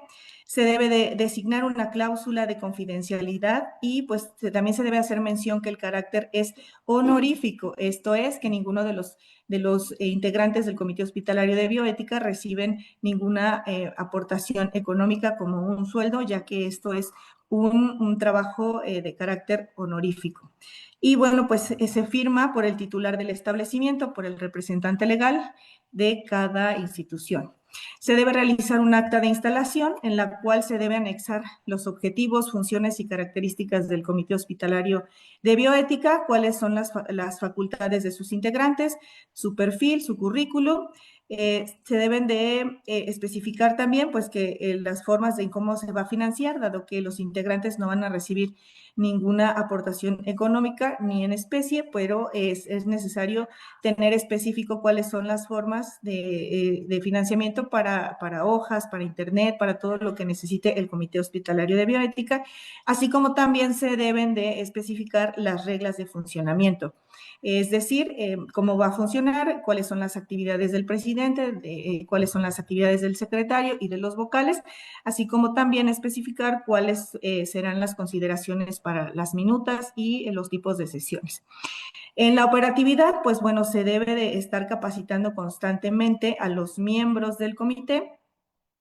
Se deben elaborar y también se deben implementar lineamientos acorde a las guías bioéticas que nos comparte la Conbioética y, bueno, pues elaborar las propias institucionales para la atención y pues también para la docencia médica, ya que en los hospitales y cuando hay estudiantes de medicina, pues también se debe de realizar esta docencia y también, bueno, se debe considerar a todos aquellos estudiantes que se encuentren dentro de la institución. Se debe también presentar un informe anual a la dirección de la instrucción de la Conbioética, es decir, cada año los comités hospitalarios de bioética debemos rendir cuentas mediante un informe anual en el cual nosotros como comités debemos entregar qué fue lo que hicimos en cuanto a capacitación, en cuanto a minutas, en cuanto a sesiones, en cuanto a casos presentados. Y pues esta es una revisión a la cual estamos pues obligados a realizar y también pues la Conbioética nos puede realizar auditorías presenciales en nuestros establecimientos dirigiéndose hacia las oficinas del Comité Hospitalario de Bioética y tendremos que presentar toda la evidencia documental de cada uno de los casos revisados, de cada una de las capacitaciones realizadas y pues bueno, de todos los documentos que se generan dentro del comité. En cuanto a las sesiones, se debe de sesionar al menos en 6 ocasiones, son al menos 6 sesiones ordinarias al año y bueno, pues puede haber en forma extraordinaria en cualquier momento. Por ejemplo, cuando se realizan trasplantes, ligándolo a la participación anterior, pues cuando existe un trasplante, nosotros como Comité Hospitalario de Bioética, pues también podemos sesionar, ya que hay algunos de nuestros integrantes participan también del Comité de Trasplantes del hospital. La asistencia debe ser al menos del 50% más uno de los miembros y pues bueno, esto es en sesiones ordinarias y para las sesiones extraordinarias al menos 3 miembros que se reúnan. Se deben emitir las recomendaciones por médico mediante oficio, ya sea por estas revisiones se realizan o estas recomendaciones se realizan directamente al médico tratante o al equipo de salud que está participando en la atención del paciente a través de un oficio y pues bueno, son eso, recomendaciones generales las que se van a emitir. El Comité Hospitalario de Bioética debe ser registrado ante la Conbioética y para ello tenemos que enviar toda la documentación tal cual como lo marca la guía que está en la página oficial de la Conbioética y bueno, pues se envían estos documentos, los cuales deben incluir la solicitud de registro, el formato de autoevaluación, el acta de instalación del comité, las cartas de designación de los miembros, junto con los documentos en el que se acredita la personalidad jurídica del establecimiento y algunos otros documentos de los integrantes del comité. En la Conbioética el horario de atención es de lunes a viernes de 9 a 6 y bueno, toda esta documentación no debe contener abreviaturas, tachaduras ni enmendaduras y los nombres de los integrantes no deben tener tampoco abreviaturas, ni sus cargos ni sus nombres, es decir, debe ser completo. Hay una vigencia para este registro. Cada 3 años, el Comité Hospitalario de Bioética debe de realizar su renovación de registro. También es mediante correo electrónico o entregando la documentación en la Conbioética. Y pues bueno, para hacer esta renovación es necesario presentar la solicitud el mes anterior a su vencimiento. Esto es para que dé tiempo de realizar la revisión, ya que puede haber alguna corrección y en tanto en ese lapso no debemos quedarnos sin registro, sino pues obtener el registro en tiempo y forma. Y la realización de estos trámites no requiere pago de derechos, es decir, este trámite es absolutamente gratuito en la Conbioética. Se envía la documentación, generalmente es por correo, se reciben las observaciones si es que las hay. Si no las hay, bueno, pues la Conbioética responde cuando ya se encuentra autorizado el trámite y hay que hacer el envío de una guía para que ellos nos puedan hacer llegar el documento original y si no, bueno, pues nos lo envían de manera digital.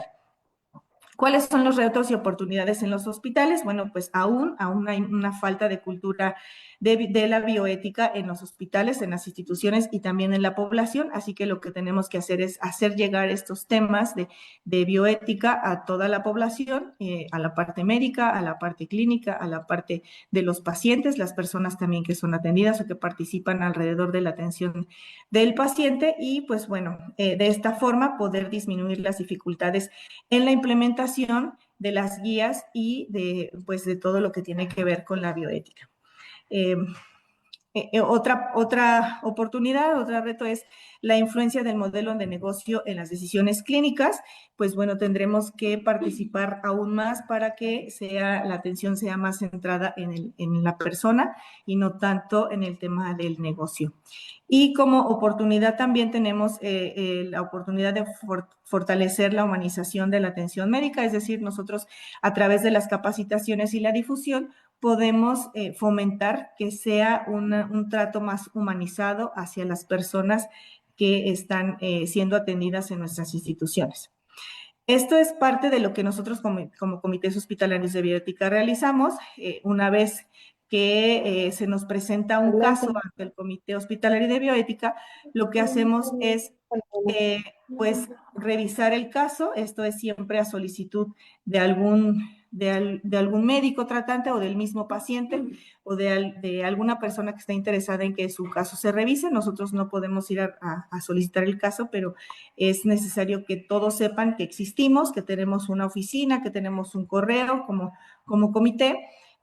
Para esto, pues hay que difundir a través de algún tríptico o tenemos que tener visible nuestro registro y nuestra dirección de cómo nos pueden contactar para que nos hagan llegar estos casos de análisis y entonces ya como comité lo que hacemos es, bueno, reunirnos en este equipo multidisciplinar, revisar el caso y bueno, pues de ahí hacer sugerencias para pues estas recomendaciones para el análisis del caso.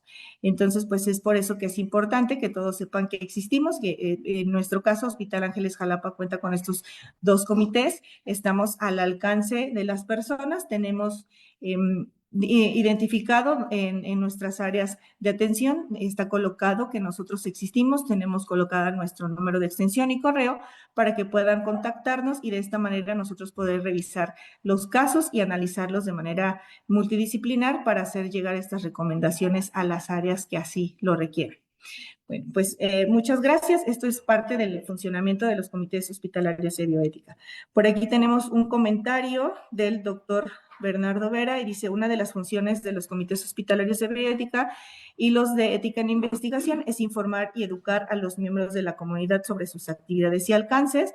Me permito sugerir que a la par de las actividades académicas del hospital, se programen sesiones mensuales o bimestrales coordinadas por el CHB dirigidas a médicos y pacientes y de hecho tiene validez para el reconocimiento por parte de la Conbioética. Así así es como participamos. Estamos tratando de realizarlos de manera más continua y bueno, pues ya estaremos tratando de hacerlas llegar a más y más personas. Por aquí hay otra pregunta, dice, en la cuestión educativa se encuentra de su alcance la revisión de protocolos de investigación. Por ejemplo, si hay algún estudiante que desea llevar a cabo investigación de tesis con pacientes. Bueno, esto sí no aplica para el Comité Hospitalario de Bioética, pero sí para el Comité de Ética en Investigación, de lo cual nos va a hablar en este momento nuestra coordinadora de calidad, la maestra Rebeca Guadarrama Vázquez, y me voy a permitir presentarla. La maestra Rebeca Montserrat del Carmen Guadarrama Vázquez es química farmacéutica bióloga por la Universidad de Veracruzana y cuenta con una maestría en gestión de la calidad. Actualmente se desempeña como coordinadora de calidad del Hospital Ángeles Jalapa, donde participa activamente en la mejora continua de los procesos hospitalarios. Es vocal y secretaria en diversos comités institucionales, entre ellos los de calidad y seguridad del paciente, ética en investigación y bioética y hospitalario de bioética. Ha cursado capacitaciones en bioética clínica, consentimiento informado, ética de la investigación y proceso de donación de órganos y tejidos, así como en gestión de calidad y cumplimiento ético, reflejando su compromiso con la seguridad del paciente y la práctica ética en el ambiente hospitalario. Así que bueno, pues yo los dejo con la maestra Rebeca para que continúe con lo que es las funciones del Comité de Ética en Investigación.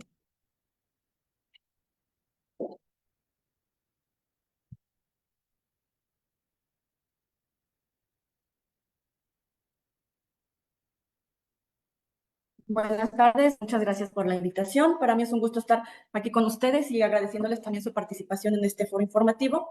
Entonces, dando continuidad al tema de funciones de comités, vamos a abordar al Comité de Ética en Investigación. Las bases son muy similares a lo que acaba de platicarnos la maestra Zoe, que es muy referente a lo del Comité Hospitalario de Bioética y también se encuentra regido por la Comisión Nacional de Bioética.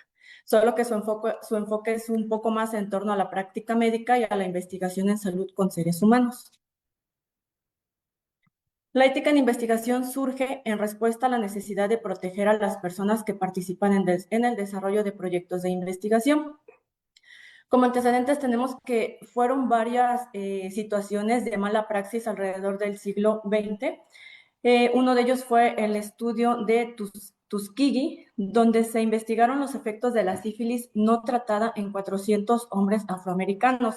Aquí los investigadores no proporcionaron los medicamentos, en este caso la penicilina, que ya era el tratamiento conocido y que estaba al alcance, y no lo realizaron precisamente para ver cómo iba evolucionando. Los sujetos que fueron parte de este estudio no fueron informados de que estaban siendo parte de esta situación de investigación.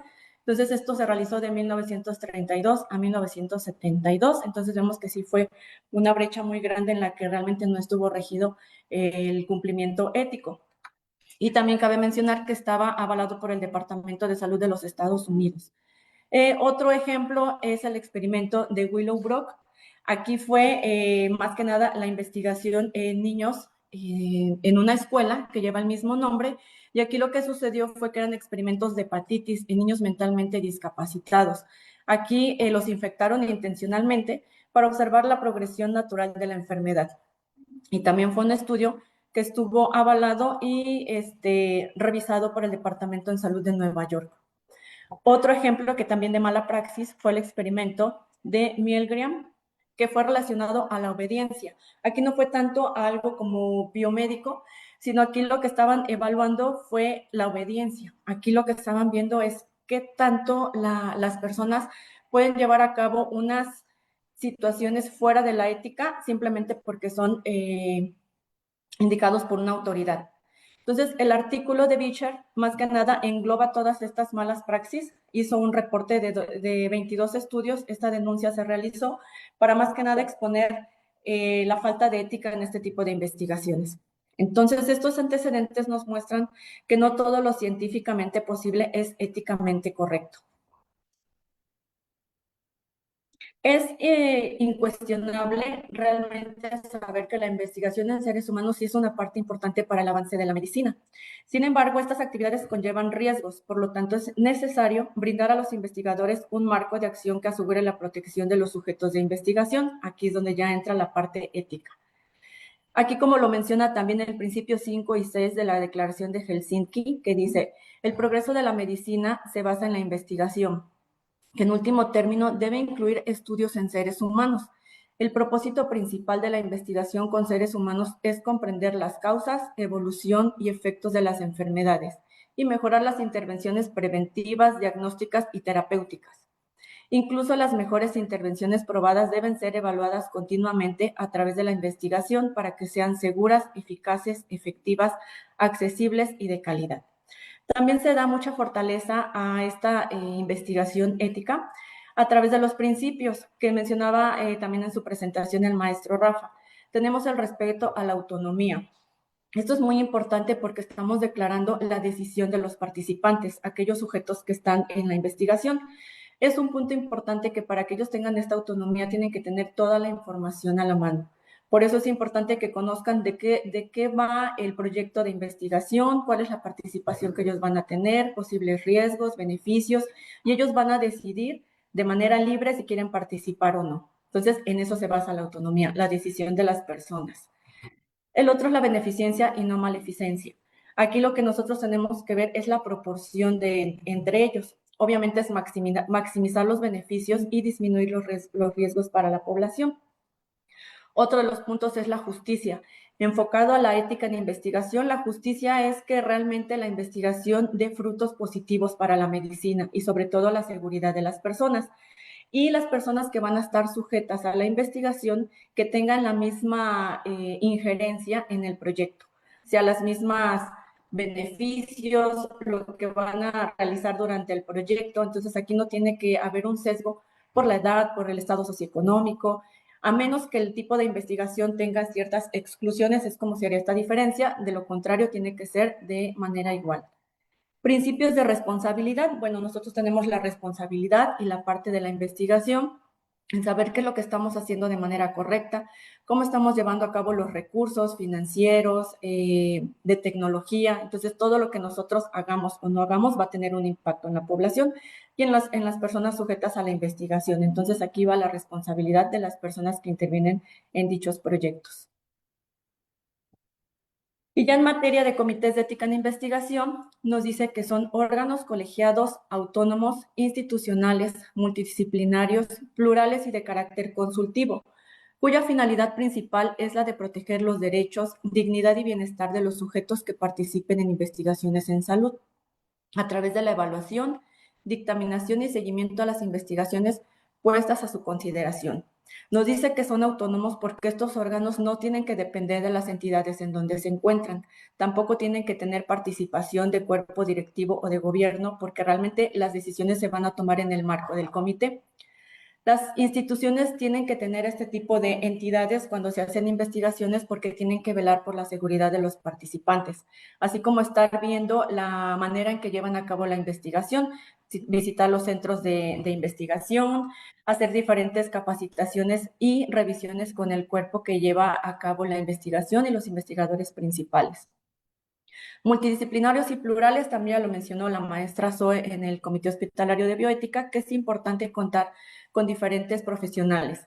Esto es para tener un marco de mayor observancia y saber que no se nos está yendo ningún punto para poder verificar que la práctica que se lleve dentro de los proyectos de investigación estén bajo el marco ético, normativo y sobre las normas también que tienen con los comités.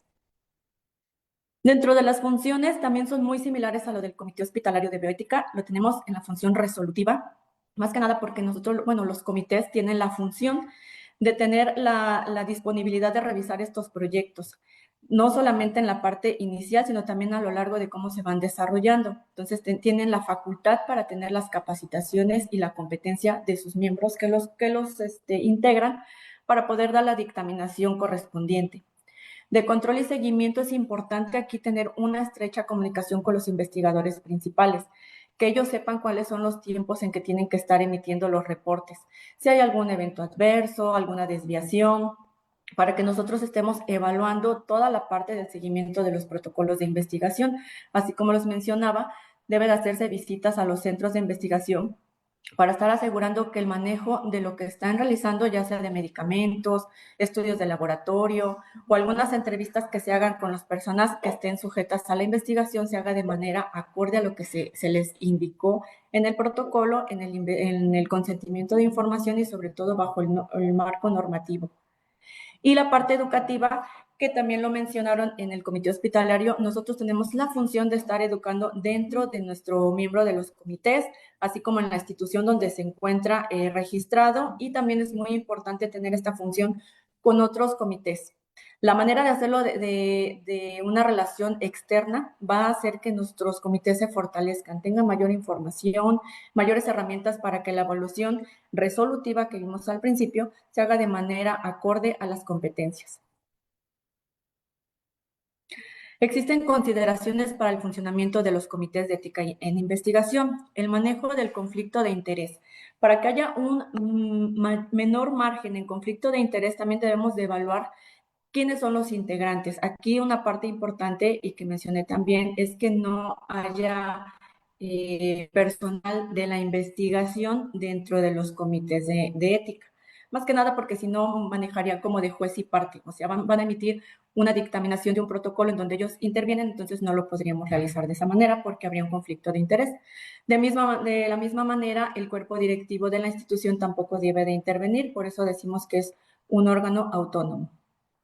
El recurso y financiamiento, en donde se encuentre registrado el comité, o sea, en la institución donde se encuentre, tiene que contar con los recursos, más que nada de infraestructura, tener un área específica donde se tiene que resguardar la información, las aulas, el equipo de cómputo, los horarios de las personas que se encuentran en estos comités, como mencionaban, estos de carácter honorífico. Entonces, por lo mismo se les tiene que hacer esa relevancia al personal que está participando, porque obviamente destina tiempo, destina recursos también para la preparación de las actividades que se realicen. Entonces, las instituciones tienen que dar este recurso físico y también de tiempo, ¿no? Para que las personas puedan desempeñar correctamente sus actividades en el comité. Privacidad y confidencialidad de la información, bueno, pues es un tema ya muy general en todas las instituciones. El manejo de la información es muy importante y va de la mano con el otro criterio, que es la integridad científica. Aparte de estar velando por los temas éticos, también tenemos que ver esta parte de cómo se lleva a cabo la investigación, que la información que se maneje solamente sea para el protocolo que se da. O sea, no podemos nosotros estar evaluando solamente la parte ética y dejar de lado estos criterios. También aquí implica que el participante tiene que saber cómo van a manejar sus datos. O sea, si a lo mejor estos datos que se presentan en el protocolo, en el proyecto de investigación, van a servir para derivados estudios posteriores, no se puede realizar porque el consentimiento únicamente abarca ese protocolo. Entonces, nosotros o los comités también velan por el manejo correcto de la información. La transparencia y rendición de cuentas, así como nosotros tenemos varias actividades internas de cómo se manejan los comités y la información, así nosotros estamos sujetos a evaluaciones externas por la Conbioética u otras entidades. Entonces tenemos que tener nuestra información al corriente, a la mano, bien registrada con los oficios correspondientes en cada evaluación que se realice, ya sea de inicio o de seguimiento de los protocolos, así como el término de los mismos. Entonces nosotros tenemos que rendir cuentas en reportes anuales. Al inicio de año también tenemos que hacer nuestra planeación de cuáles son las actividades de difusión, compromiso de cada uno de los integrantes en capacitaciones internas y externas. Y todo esto nosotros tenemos que presentar en reportes anuales y en visitas aleatorias que nos puedan tocar. Independencia de su funcionamiento, como lo comenté, pues va mucho de la mano con lo del conflicto de interés. Entonces, son criterios que se deben de cumplir para cumplir con el correcto marco normativo que nos rigen los comités. Para formación y experiencia de los integrantes, es importante que antes de que se formen estos comités, los integrantes ya se estén como capacitando, informando, porque es importante nosotros enviar esta información previo al registro. Y también tener el compromiso de todos los miembros del comité de estarnos capacitando continuamente en conocimientos de bioética, ética en investigación y temas afines de investigación que se revisan en las instancias. Aquí es importante también adquirir conocimiento externo, como les decía, de otras entidades, tener las constancias de capacitación a la mano, porque también en las revisiones aleatorias que se realizan hay que presentar esta información, lo mismo en los reportes anuales. La parte también empática de los que formamos parte de los comités tiene que ser respetuosa, tolerante, abierta al diálogo, flexible, prudente, honesto y de conducta conciliadora. Esto es porque tenemos mucha comunicación dentro y fuera de las instituciones. Como bien lo mencionó la maestra Zoe, se tiene información directa con médicos del staff, también con personas que se acercan, que si tienen dudas de algunos procesos, en este caso de protocolos de investigación. Entonces tenemos que tener mucho diálogo, mucha flexibilidad en poder acercarnos con los investigadores principales, con las personas sujetas a investigación para que nosotros tengamos ese canal abierto de comunicación. No tener conflictos de interés con las funciones encomendadas dentro del Comité de Ética en la Investigación o, en su caso, declarar los conflictos de interés. Aquí, por ejemplo, si hay alguna investigación donde uno de los miembros tenga un conflicto de interés, se realiza una carta y él queda excluido de la evaluación y del dictamen, igual justificando las razones, y de esta manera nosotros no hacemos ningún sesgo en lo que se está declarando en la revisión de los protocolos. Entonces, es muy importante en esto de formación y experiencia de los integrantes el compromiso, porque como bien dicen, es un carácter honorífico, lleva el compromiso, el tiempo y la dedicación para que el funcionamiento de los comités sea acorde y correcto. Los criterios para evaluación de investigación, pues tiene que tener un valor científico. Y sobre todo para que tenga el marco ético, tenemos que ver que lo que se va a desarrollar en la investigación realmente tenga un impacto positivo para la sociedad y para la población. También aquí tenemos que ver que investigaciones que sean repetitivas o que realmente sea como que no den unos resultados nuevos, por así decirlo, sería como que exponer a las personas a riesgos potenciales y que realmente el valor científico no lo va a meritar. Entonces tenemos que evaluar toda esta parte de valor científico que va de la mano con la pertinencia científica en el diseño y conducción del estudio. Si bien estamos enfocados a la parte ética, también tenemos que ver el marco en el que se está llevando esta investigación, la hipótesis de inicio, cómo se llevan los protocolos, los estudios que se realizan, si existen las pólizas también para el seguro del paciente, en este caso, cuáles serían las respuestas ante un incidente o algo de riesgo durante la conducción del estudio. Criterios de selección de los participantes, que va de la mano con lo que habíamos platicado de justicia, o sea, que todos tienen los mismos derechos y la misma participación de igual manera, a menos que tenga unos criterios de exclusión, que bueno, eso ya lo dictaminará el tipo de investigación que se esté llevando a cabo. Proporcionalidad en los riesgos y beneficios, sobre todo, pues esto es algo, una incertidumbre, podríamos decir, pero sí hay una planeación de posibles riesgos y posibles beneficios, pero no se llevaría a cabo la investigación si vemos que el riesgo es mayor que el beneficio. Entonces tenemos que estar evaluando esta parte desde el inicio de la dictaminación. Evaluación independiente.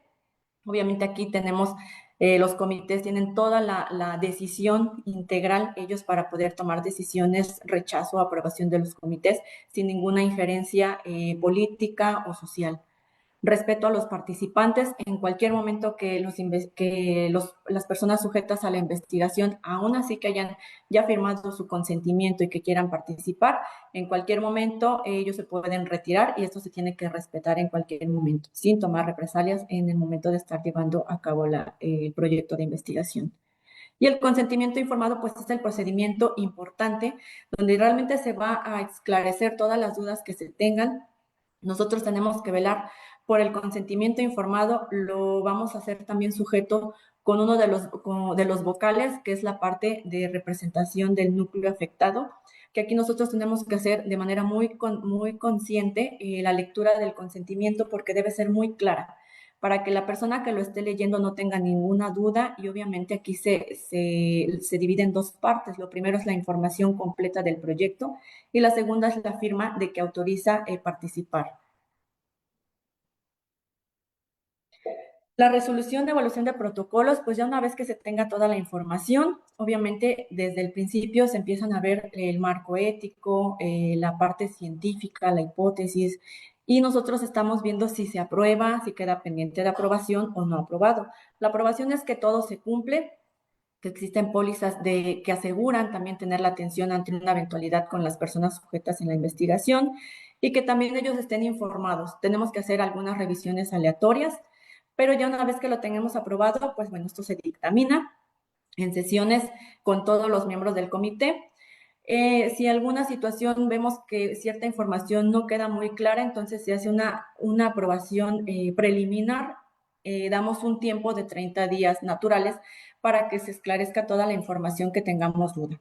Ellos también se puede hacer la presentación directamente con el investigador principal para que nosotros podamos aprobar o no aprobado, si a lo mejor la información que presentan, pues realmente vemos inconsistencias en la parte ética, en la parte científica, en la conducción de la investigación. Y pues bueno, esta situación de aprobar pendiente o no aprobado queda sujeto solamente al Comité de Ética en Investigación.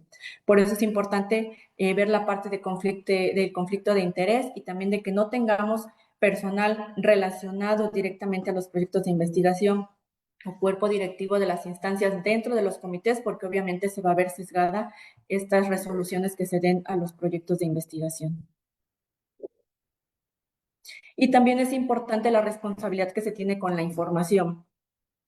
Una vez que nosotros se dictaminan estos protocolos de investigación, tenemos la responsabilidad de salvaguardar la información. Entonces, desde el principio, durante la conducción y al final de la misma, tenemos que hacer el resguardo correspondiente de los archivos, de las revisiones que se realicen, enmiendas, nuevos consentimientos. Entonces, toda esa parte va también de los recursos que nos da la institución. Tiene que haber un área específica para poder resguardar toda esta información de manera responsable. Tiene que haber una persona destinada al archivo. También definir nuestros espacios para que sea únicamente un espacio para dentro del mismo área de cada proyecto de investigación. Y como les mencioné, pues estamos sujetos a la supervisión. Entonces, en cualquier momento llegan, ven de manera aleatoria ciertos proyectos que quieren revisar y la información la tienen porque al momento de hacer nuestro cierre de año se da toda la revisión en ese periodo de 12 meses, cuáles fueron los protocolos nuevos que se realizaron. Entonces, al contar ellos con toda nuestra información, llegan y piden el documento específico. Entonces, nuestra documentación y archivo debe estar al día, debemos de tener también digitalizada esta información para que nosotros garanticemos el resguardo correcto de lo mismo. Y así como comentó la maestra Zoe, estos comités son responsabilidad también de la entidad porque nosotros rendimos cuentas a manera interna también y de manera externa con las supervisiones que se hacen. Entonces hay que tomar en cuenta que el respeto por la dignidad, los derechos y el bienestar de cada participante no es solo un principio ético, sino la base fundamental de toda investigación responsable y humana. Y nosotros somos parte de todo ello. Muchas gracias.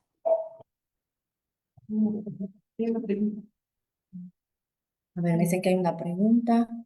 Dice, la pregunta, ¿las instituciones educativas deben tener su propio comité de ética? Y si es así, ¿ustedes evalúan a esos comités o solicitan que cumplan ciertos requisitos? Es que los registros que se hacen son propios de la Conbioética. Entonces, por ejemplo, tienen que ser en instituciones de salud públicas, privadas. Ahí entra también lo de enseñanza, que es lo que va acorde con la pregunta, de enseñanza o de investigación. Pero más que nada sería un registro independiente con la Conbioética. Aquí lo que se podría hacer con los comités de otras instancias, por ejemplo, con nosotros, sería como una vinculación informativa para poder más que nada crecer la red de herramientas, de buenas prácticas, pero nosotros no tendríamos injerencia en los registros. ¿Otra pregunta? ¿No? Bueno, igual si tienen otra pregunta lo pueden poner en el chat y ya después nos vamos comunicando para ir respondiendo a alguna duda o inquietud.